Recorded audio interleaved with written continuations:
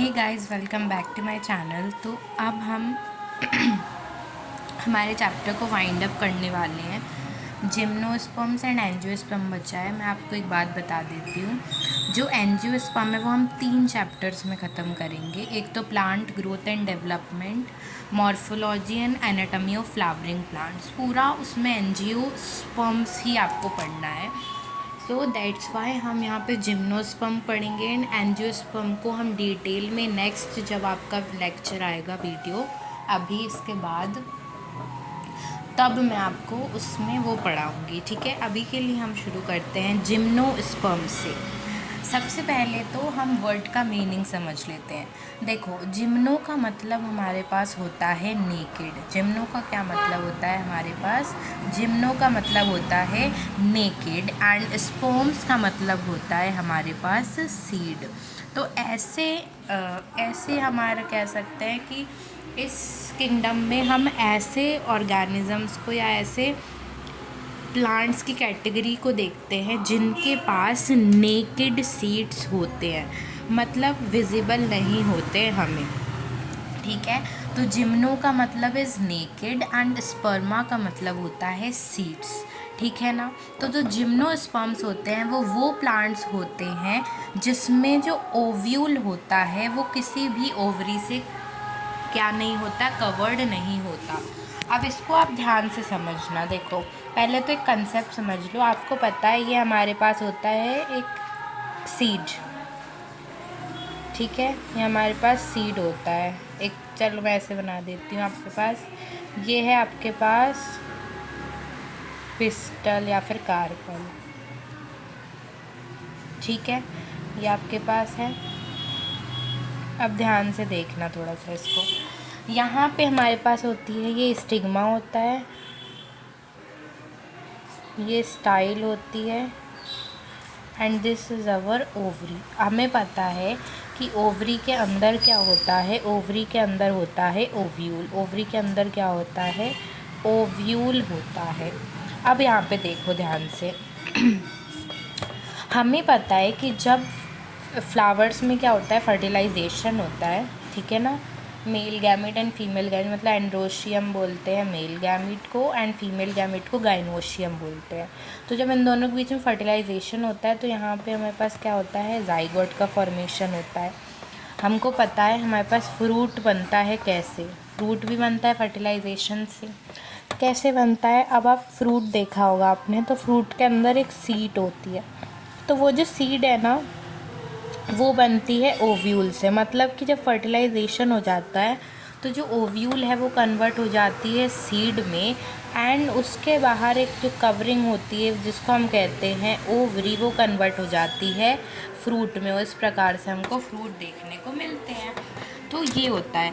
अब यहीं ये लिखा है कि देखो, ओवरी जो है वो फ्रूट बनाती है एंड ओव्यूल सीड बनाता है। तो जो जिम्नोस्पर्म्स के जो प्लांट्स होते हैं उनके पास जो ओव्यूल होता है वो ओवरी की वॉल से एनक्लोज यानी कि कवर नहीं होता है, ऐसे ही खुला पड़ा हुआ होता है। क्योंकि अगर हम और ऐसे बेसिकली ऐसे मतलब कॉमनली बात करें तो हमारे पास जो जिम्नोस्पर्म्स होते हैं, ठीक है ना, उनके पास बिफोर एंड आफ्टर फर्टिलाइजेशन से पहले एंड फर्टिलाइजेशन के बाद जो उनके जो सीड्स होते हैं ना वो ऐसे ही पड़े हुए होते हैं। ठीक है ना, उन पर कोई भी कवरिंग नहीं होती। मतलब कि सिंपल शब्दों में आप ये कह सकते हो कि यहाँ पे हमारे पास ओव्यूल तो जो होता है ना वो प्रेजेंट होता है, बट यहाँ पे ओवरी इज़ एब्सेंट। और जैसे कि मैंने आपको फंक्शन बताया कि जो ओव्यूल है वो सीड बना देगा बाद में जाके, एंड जो हमारे पास जो ओवरी होगी वो क्या बना देगी, फ्रूट बना देगी। तो जब ओवरी ही एब्सेंट होगी तो हमारा फ्रूट तो बनेगा नहीं। इसलिए हम कहते हैं कि जो जिम्नोस्पर्म्स होते हैं उसका जो ओव्यूल होता है, या फिर अगर हम और टू बी मोर प्रिसाइज, उनकी जो सीड्स होती हैं वो किसी भी ओवरी वॉल से कवर्ड नहीं होती। मतलब जिम्नोस्पर्म्स में हमें फ्रूट फॉर्मेशन देखने को नहीं मिलता, सिर्फ सीड बनती है। ठीक है ना। Both before and after fertilization हो जाए या फर्टिलाइजेशन ना हो, जो सीड है उस पर कोई भी कवरिंग नहीं होगी। अब याद रहेगा, समझ गए ना आप लोग? ठीक है, नेक्स्ट पढ़ो। The seeds that develop post fertilization are not covered. Seeds जो होती हैं वो कवर्ड नहीं होती, जबकि वो क्या होती हैं? नेकेड होती हैं, मतलब आप उनको अपनी आंखों से देख भी नहीं सकते। जिम्नोस्पर्म्स मेनली उन प्लांट्स को इंक्लूड करते हैं जिनका जो साइज़ है वो मीडियम है या फिर टॉल है या फिर वो श्रब्स हैं। कभी भी हर्ब्स को ये इंक्लूड नहीं करते। हर्ब्स आर नॉट इंक्लूडेड, ठीक है ना। Herbs are not included, herbs नहीं होंगे इनके पास। हर्ब्स क्या हो जाते हैं? बहुत ही छोटे हो जाते हैं, तो इतना छोटा जिम्नोस्पर्म की हम कैटेगरी नहीं देखते हैं, ठीक है। अब हमें एक चीज़ याद रखनी है, एक बहुत ही बड़ा हमें एक जिम्नोस्पर्म प्लांट याद रखना है जिसको हम कहते हैं the giant redwood tree sekuwa, ठीक है ना। सेक्वा जो है वो टॉलेस्ट ट्री स्पीशीज़ है जिम्नोस्पर्म्स की, ठीक है, समझ गए। फ़ोटो सर्च करोगे तो आ जाएगी, आपको बहुत बड़ा दिखेगा। अब जो रूट्स होती है, अब क्योंकि हमने बोला कि यहाँ पे रूट्स,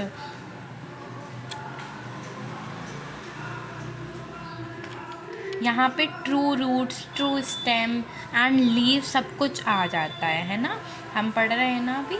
तो यहाँ पे क्या हो रहा है कि जिम्नोस्पर्म्स में जो रूट्स हैं वो जनरली हमें टैप रूट्स देखने को मिलती हैं।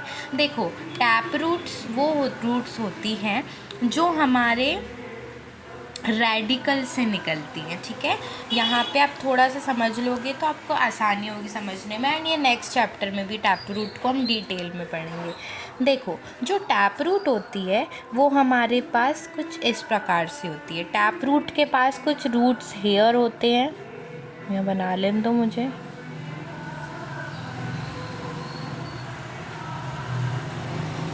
यहाँ पे अगर आप देखोगे तो this is our primary root, ठीक है। यहाँ पे जो आपको ये जो दिख रहे हैं this is our secondary root, and उसके जो सब पार्ट्स हो रहे हैं मतलब कि ये दिस इज़ टर्शरी रूट। तो secondary root plus primary root plus secondary root plus tertiary root मिलके हमारे पास, सॉरी साउंड आएगा आपको, उसको मिलके हम क्या कहते हैं? उसको मिलके हम उसको टैप रूट कहते हैं, ठीक है।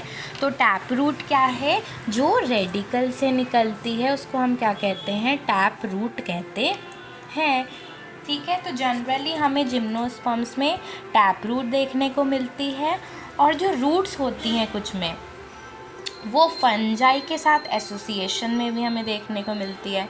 मतलब ये हमारी रूट है ना, तो यहाँ पे क्या होगा? यहाँ पे हमारे पास फंजाई लग जाएगी, एंड वैसी रूट्स को हम क्या कह देंगे? उन रूट्स को हम कह देंगे फिर माइकोराइजल रूट्स। क्या कह देंगे? माइकोराइजल रूट्स कह देते हैं। तो the roots which are with the association of fungi, उनको हम माइकोराइजा रूट्स कहते हैं, जो कि हमें पाइनस में देखने को मिलती है। मैं आपको पाइनस की फ़ोटो दिखा देती हूँ। ये है हमारे पास पाइनस, ठीक है ना। तो पाइनस की जो रूट्स होती है, अब यहाँ पे अब रूट्स होगी उसकी, तो जो रूट्स होती है ना वो फंजाई के साथ में एसोसिएशन में होती है, इसलिए जो पाइनस के पास रूट्स होती है उनको हम माइकोराइजल रूट्स कहते हैं। वाइल अगर हम और की बात करें, जैसे कि हमारा साइकस हो गया, तो साइकस जो होता है ना वहाँ पे हमें कोरोलॉइड रूट्स देखने को मिलती हैं। कोरोलॉइड रूट्स वो रूट्स होती हैं जब ये जो रूट्स होती हैं ये नाइट्रोजन फिक्सिंग मतलब एल्गी के एसोसिएशन में आ जाती हैं, तो हम उनको कह देते हैं कोरोलॉइड रूट्स, जो कि नाइट्रोजन फिक्सेशन कराने में हेल्प करती हैं, ठीक है। ये कहाँ देखने को मिलती है? हमें साइकस में। साइकस आपने आपके स्कूलों में ज़रूर देखा होगा, बट आपको तब पता नहीं होगा कि ये साइकस है ना, आपने ये देखा होगा। ये हमारे पास है cycas, this is Pinus, okay. अब और भी हम डिटेल में इसका समझ लेंगे। अब देखो, स्टेम्स की बात करें तो जो हमारे पास जो स्टेम्स होती है they are of two types, ठीक है। हमारे पास जो स्टेम्स होती हैं वो दो तरीके की होती है। एक होती है हमारे पास ब्रांच्ड स्टेम और एक होती है हमारे पास अनब्रांच्ड स्टेम, ठीक है ना।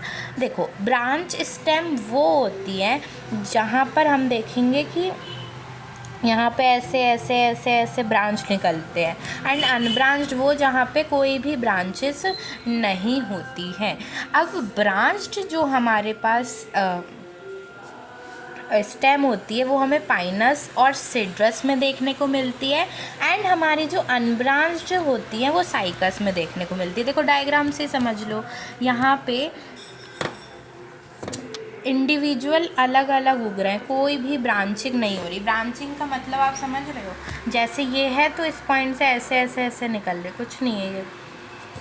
ब्रांचिंग क्या हो जाएगा, ऐसे फिर इधर से ऐसे हो जाएगा, फिर इधर से ऐसे ऐसे, तो एक के ऊपर एक वाला ब्रांचिंग हो जाएगा। लेकिन यहाँ तो देखो सब अलग अलग उग रही हैं, सब अलग अलग कर रही हैं अपने।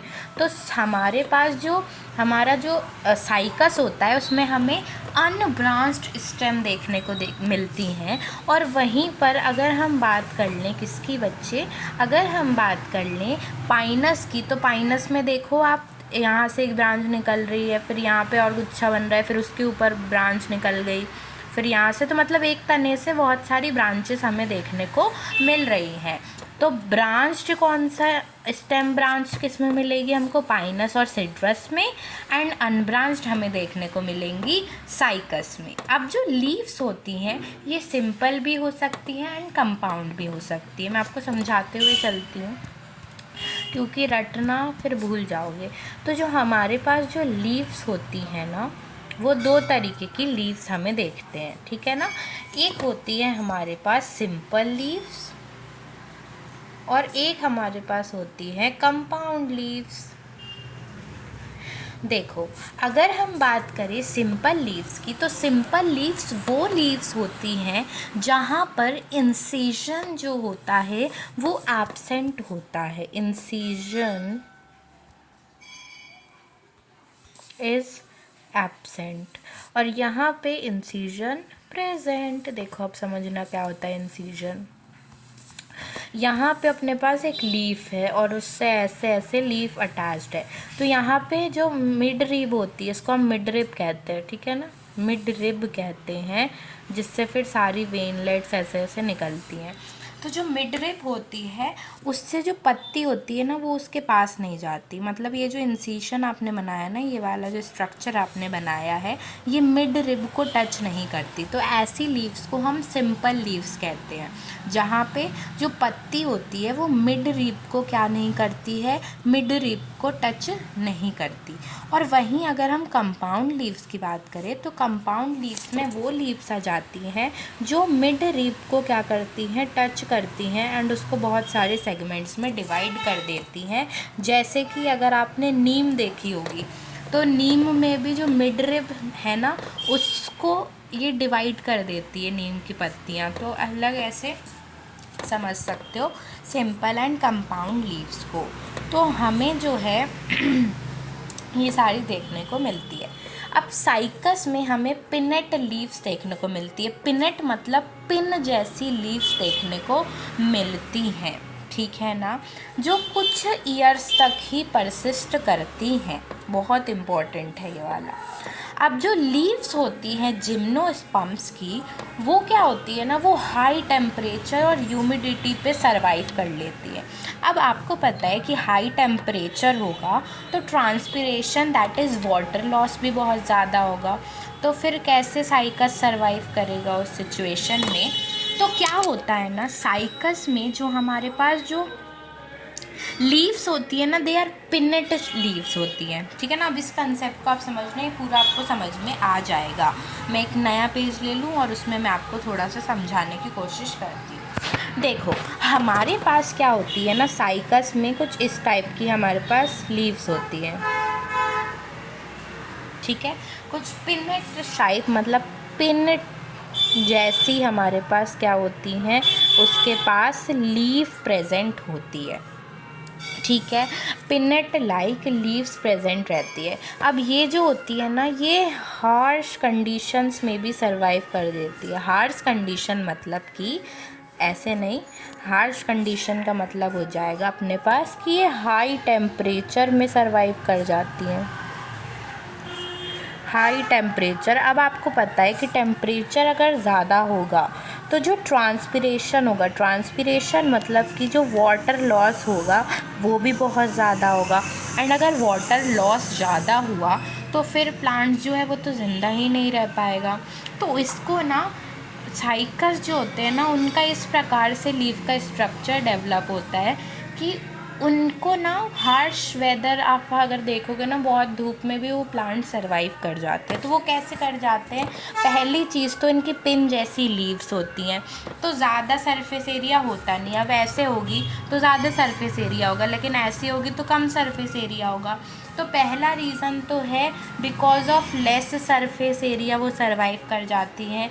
दूसरा रीज़न कि यहाँ पे क्या होता है ना, इनके पास थिक वैक्सी कोटी लेयर इनके ऊपर, इनकी लीव्स के ऊपर होता है, जो वाटर लॉस को प्रिवेंट करता है। क्योंकि आपको पता है वैक्स है, आपने एक कैंडल जलाई और कैंडल जल के बुझ गई तो उसका वैक्स नीचे इकट्ठा हो जाता है। तो जब आप पानी की ड्रॉपलेट उस पर डालते हो तो वो उस पर लगती नहीं है ना, वो स्मूथ टाइप हो जाता है। जैसे आपके हाथ में अगर तेल लगा होता है एंड उसको आप पानी से धोना चाहते हो तो आपके हाथ में ना ड्रॉप ड्रॉप सा हो जाता है पानी का। क्यों? क्योंकि वो वैक्स होता है एंड वैक्स वाटर के साथ मिक्स नहीं होता, तो ट्रांसपिरेशन नहीं होगा। तीसरी चीज़ संकन स्टोमेटा। तीसरी चीज़ क्या है? Sunken stomata. देखो संकन स्टोमेटा का मतलब है कि यहाँ पे जो स्टोमेटा है ना अपने लीफ सरफेस पे ऊपर पाया जाता है, लेकिन यहाँ पे क्या होता है, जो इनका स्टोमेटा है ना वो लीफ सरफेस के भी नीचे प्रेजेंट होता है, बहुत ज़्यादा डीप में प्रेजेंट होता है, जिसके कारण अच्छे से जो है वाटर लूज़ नहीं हो पाता एंड इसलिए ये क्या करती हैं, ये सरवाइव कर जाती हैं। तो एक बार पढ़ लेते हैं अपन। इन कोनीफर्स जो needle like sieves reduce the surface area, ये मैंने आपको बता दिया। थिक क्यूटिकल की कवरिंग होती है। संकन स्टोमेटा होता है जो वाटर लूज़ करने में रिड्यूस करता है वाटर लूज़ को। आई होप इतना पूरा पैराग्राफ आपको अच्छे से बिल्कुल प्यार से समझ में आ गया होगा। अब हम थोड़ी सी डिफ़िकल्टी वाली चीज़ों पे बढ़ रहे हैं, मतलब थोड़ा सा आपको अंडरस्टैंडिंग आपकी जो है वो थोड़ी सी बढ़ानी पड़ेगी। बाकी बहुत सिंपल आपके पास यहाँ पे हमारे पास होता है ये सब, ठीक है। अब तो हमारे पास जो जिम्नोस्पर्म्स होते हैं, पहले तो आप दो चीज़ें समझ लो। एक तो हमारे जो स्पोर्स होते हैं ना वो दो टाइप के होते हैं। नेक्स्ट पेज पे समझा दूँ यहाँ पे।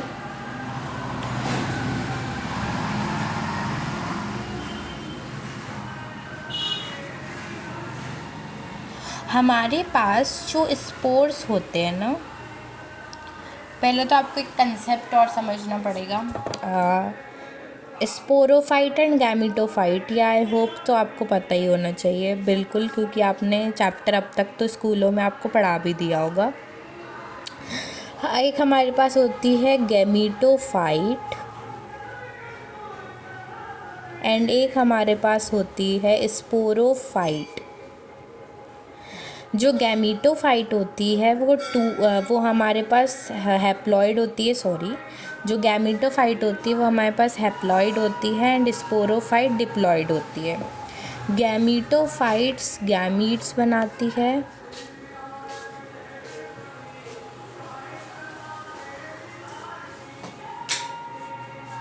एंड स्पोरोफाइट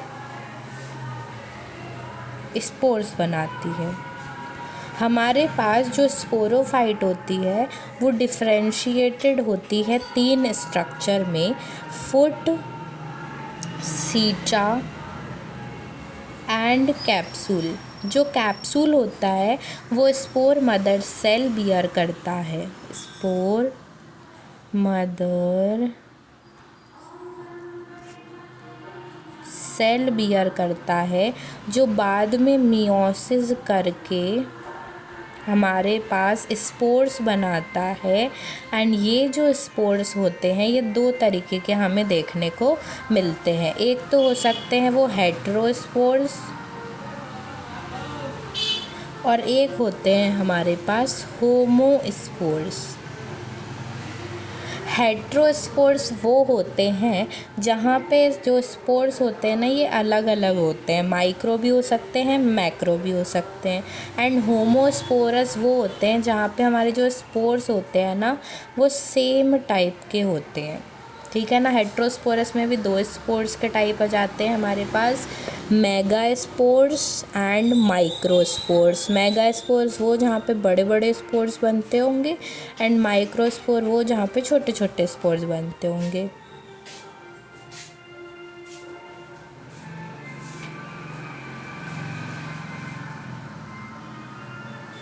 जो हमारे पास मेगा स्पोर होगा वो बनाएगा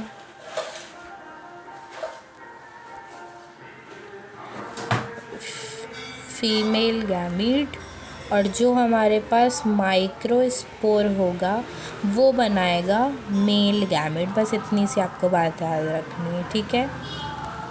अब देखो स्पोरेंजिया क्या होता है। स्पोरेंजिया वो होता है जो स्पोर्स को क्या करता है, बियर करता है, उसको हम स्पोरेंजिया कहते हैं, ठीक है ना। और जो स्पोर्स बियर करती है जो लीव, उसको हम कहते हैं स्पोरोफिल। उसको हम क्या कहते हैं, स्पोरोफिल कहते हैं। मतलब कि जो स्पोर्स बियर करती है उसको हम स्पोरोफिल कहते हैं। जब बहुत सारी स्पोरोफिल ऐसे साथ में आ जाती हैं तो वो एक स्ट्रक्चर बनाती हैं कोन टाइप, जिसको हम स्ट्रॉबिलाई भी कह देते हैं। बस इतनी सी बात आपको समझनी थी। अब आते हैं इसकी एनसीईआरटी पे, अब आएगी आपको समझ में अच्छे से पूरी बातें। तो जो जिम्नोस्पर्म्स होते हैं हमारे पास वो कैसे होते हैं, वो हेट्रोस्पोरस होते हैं। मतलब माइक्रोस्पोर भी इनके पास हो सकते हैं एंड मेगास्पोर्स भी इनके पास हो सकते हैं।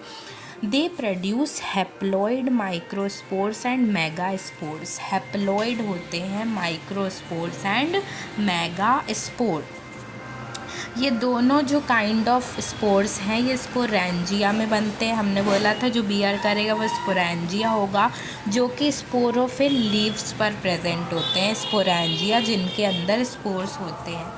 अब जब ये अरेंज हो जाते हैं स्पाइरली तो ये लैक्स या फिर स्ट्रॉबिला या फिर कोन का फॉर्मेशन करते हैं। जैसे कि यहाँ देखो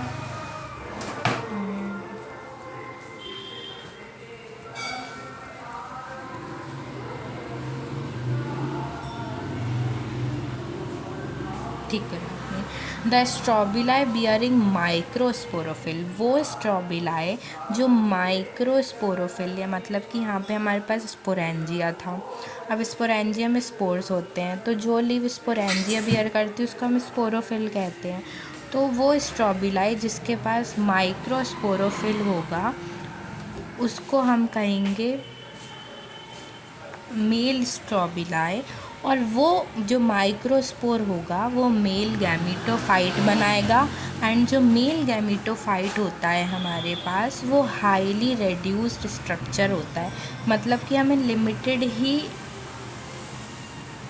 माइक्रोस्पोर्स मतलब हमें ना मेल जो गैमीट होता है वो कम ही देखने को मिलता है। तो हम इसको कह देते हैं कि अगर हमारे पास माइक्रोस्पोरोफिल है तो वो माइक्रोस्पोरेंजिया बियर करेगा, और ये जो है ये कॉम्पैक्टली अरेंज होके मेल स्ट्रॉबिलाई बनाएंगे, जिसके अंदर फिर ये मेल गैमीट बनाएंगे। मेल गैमीट जो होगा वो हमारे पास हाईली रेड्यूस्ड स्ट्रक्चर होता है, जिसको हम नाम दे देते हैं पॉलन ग्रेन। अब इसको हम समझेंगे इधर पर लिख के अलग से, तो आपको बहुत अच्छे से समझ में आएगा। देखो हमारे पास क्या होता है,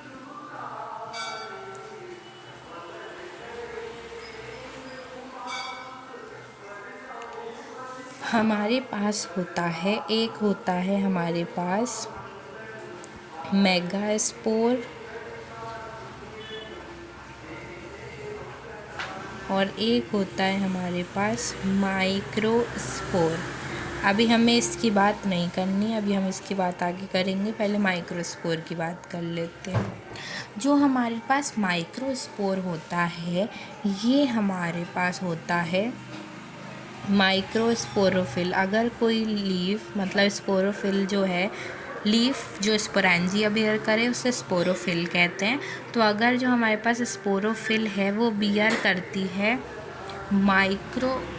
स्पोरोफिल अगर बियर करती है माइक्रोस्पोरेंजिया,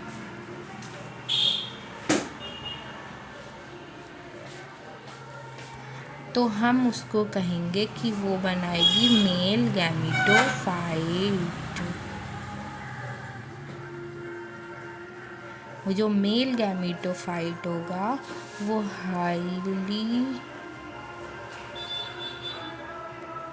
रेड्यूस्ड स्ट्रक्चर होगा। लिमिटेड मतलब 2 या 2 से 3 ऐसे कुछ सेल्स हमारे पास होंगे। इसको हम इस हाईली रेड्यूस्ड स्ट्रक्चर को यानी मेल गैमीट को हम पॉलन ग्रेन कहते हैं। दिस इज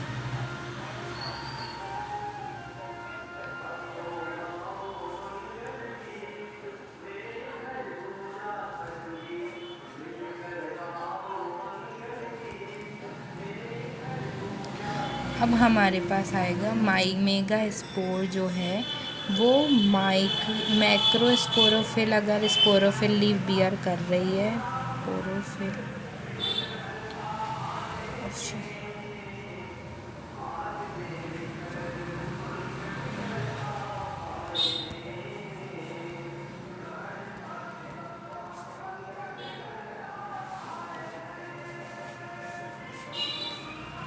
मेगा स्पोरोफिल के पास क्या होंगे, मेगा स्पोर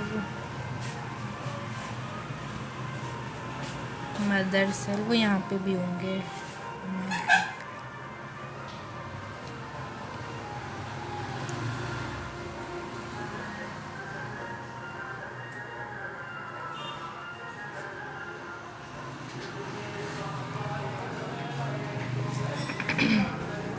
इसके अंदर होगा मेगा स्पोरेंजिया जो कि बियर करेगा मेगा स्पोर, जो बाद में जाके बनाएगा फीमेल गैमीट।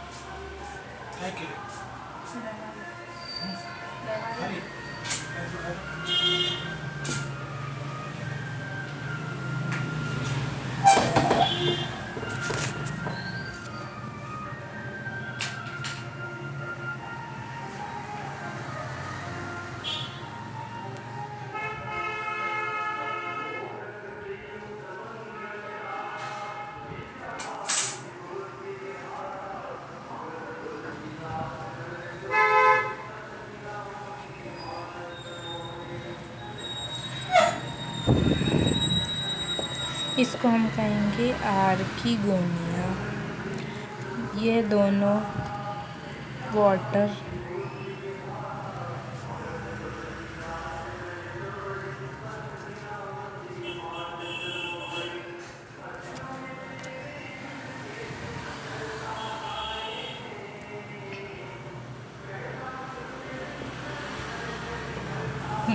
जो डेवलपमेंट होगा पॉलन ग्रेन्स का वो हो जाएगा माइक्रोस्पोरेंजिया में। अब वो